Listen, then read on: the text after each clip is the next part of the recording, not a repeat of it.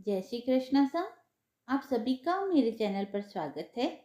आइए सुनते हैं पद्म पुराण में वर्णित एक और कथा, संजय व्यास संवाद।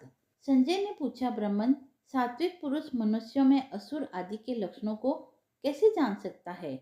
नाथ, मेरे इस संशय को दूर कीजिए।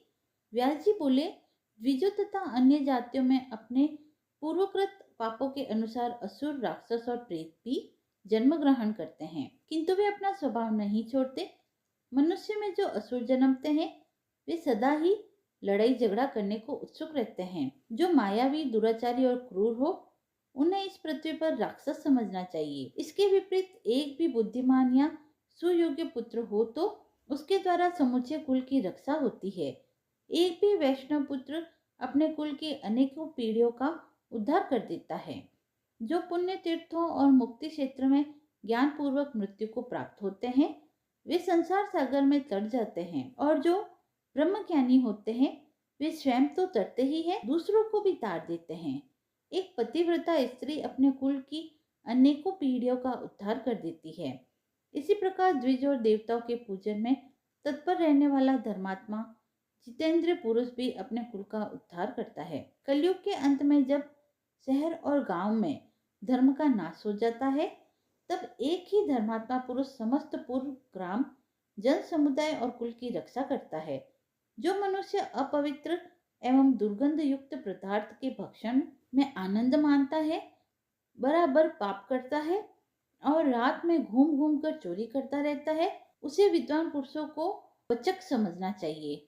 जो संपूर्ण कर्तव्य कार्यों से अनभिज्ञ तथा सब प्रकार के कर्मों से अपरिचित है, जिसे समयोचित सदाचार का ज्ञान नहीं है, वह मूर्ख वास्तव में पशु ही है। जो हिंसक, सजातीय मनुष्य को उद्वेजित करने वाला, कलह प्रिय, कायर और उच्छिष्ट भोजन का प्रेमी है, वह मनुष्य पशु कहा गया है। जो स्वभाव से ही चंचल, भोजन के लिए सदा लालायित रहने वाला, कूद कूद कर चलने वाला और जंगल में रहने का प्रेमी है, उस मनुष्य को पृथ्वी पर बंदर समझना चाहिए। जो वाणी और बुद्धि द्वारा अपने कुटुंबियों तथा दूसरे लोगों की भी चुगली खाता और सबके लिए उद्वेगजनक होता है, वह पुरुष सर्प के समान माना गया है। जो बलवान, आक्रमण करने वाला, नितांत निर्लज, दुर्गंध युक्त, मांस का प्रेमी और भोगासक्त होता है, वह मनुष्य सिंह कहा गया है। उसकी आवाज सुनते ही दूसरे भेड़िए आदि की श्रेणी में गिने जाते हैं और वह लोग भयभीत और दुखी हो जाते हैं। जिनकी दृष्टि दूर तक नहीं जाती ऐसे लोग हाथी माने जाते हैं। इसी क्रम में मनुष्यों में अन्य पशुओं का विवेक कर लेना चाहिए। अब हम नर रूप में स्थित देवताओं का लक्षण बतलाते हैं।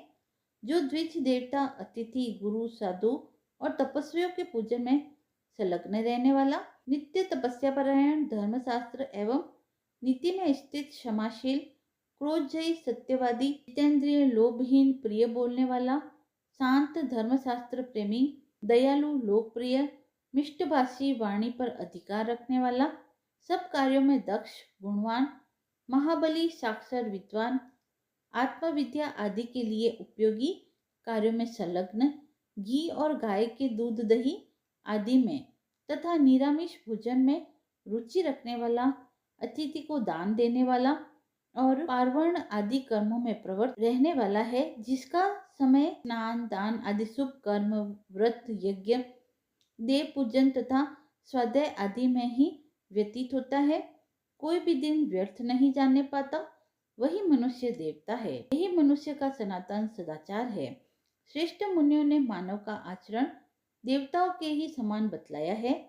अंतर इतना ही है कि देवता सत्वगुण में बड़े चढ़े होते हैं और मनुष्य में भय अधिक होता है। देवता सदा गंभीर रहते हैं और मनुष्य का स्वभाव सर्वदा मृदु होता है। इस प्रकार पुण्य विशेष के तारतम्य से सामान्यतः सभी जातियों में विभिन्न स्वभाव के मनुष्यों का जन्म होता है।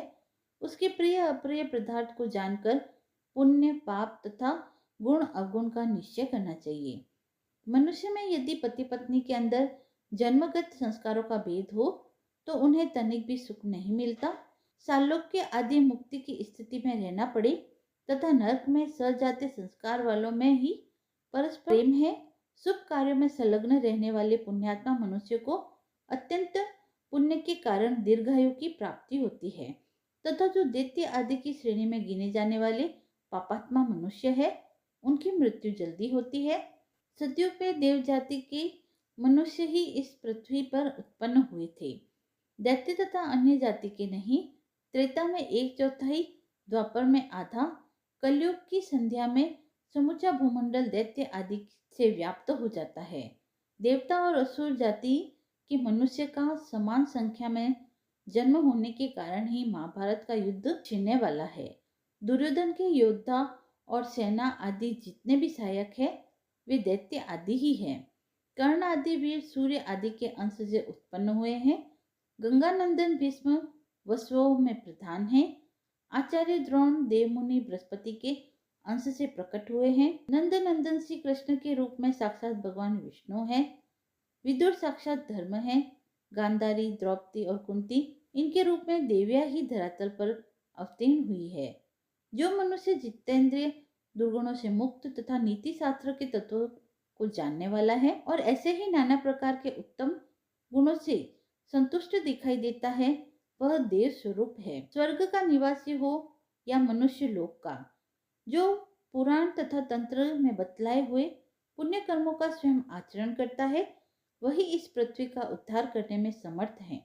जो शिव, विष्णु, शक्ति, सूर्य और गणेश का उपासक है, वह समस्त पितरों को तार कर इस पृथ्वी का उद्धार करने में समर्थ है। विशेषतः जो वैष्णव को देखकर प्रसन्न होता और उनकी पूजा करता है, वह सब पापों से मुक्त हो इस धरातल का उद्धार कर सकता है। जो ब्राह्मण, यजन, याजन आदि 6 कर्मों में संलग्न, सब प्रकार के यज्ञों में प्रवृत्त रहने वाला और सदा धार्मिक उपाख्यान सुनने का प्रेमी है, वह भी इस पृथ्वी का उद्धार करने में समर्थ है। जो लोग विश्वासघाती, कृतघ्न, व्रत का उल्लंघन करने वाले तथा ब्राह्मण और देवताओं के द्वेषी है, वे मनुष्य इस पृथ्वी का नाश कर डालते हैं।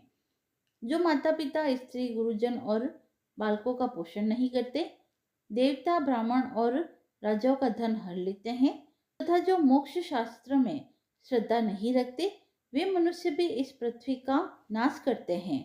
जो पापी मदिरा पीने और जुआ खेलने में आसक्त रहते हैं और पाखंडियों तथा पतितों से वार्तालाप करते हैं, जो महापातकी और अतिपातकी है, जिनके द्वारा बहुत से जीव जंतु मारे जाते हैं, वे लोग इस भूतल का विनाश करते हैं। जो सत्कर्म से रहित, सदा दूसरों को उद्विग्न करने वाले और निर्भय हैं, स्मृति तथा धर्मशास्त्र में बताए हुए शुभ कर्मों का नाम सुनकर जिनके हृदय में उद्वेग होता है, जो अपनी उत्तम जीविका छोड़कर नीच वृत्तियों का आश्रय लेते हैं तथा द्वेषवश गुरुजनों की निंदा में प्रवृत्त होते हैं, वे मनुष्य इस भूलोक का नाश कर डालते हैं। जो दाता को दान से रोकते हैं और पाप कर्म की ओर प्रेरित करते हैं तथा जो दीनों और अनाथों को पीड़ा पहुंचाते हैं, वे लोग इस भूतल का सत्यानाश करते हैं। ये तथा और भी बहुत से पापी मनुष्य हैं, जो दूसरे लोगों को पाप में ढकेलकर इस पृथ्वी का सर्वनाश करते हैं। जो मनुष्य इस प्रसंग को सुनता है, उसे इस भूतल पर दुर्गति, दुख, दुर्भाग्य और दीनता का सामना नहीं करना पड़ता।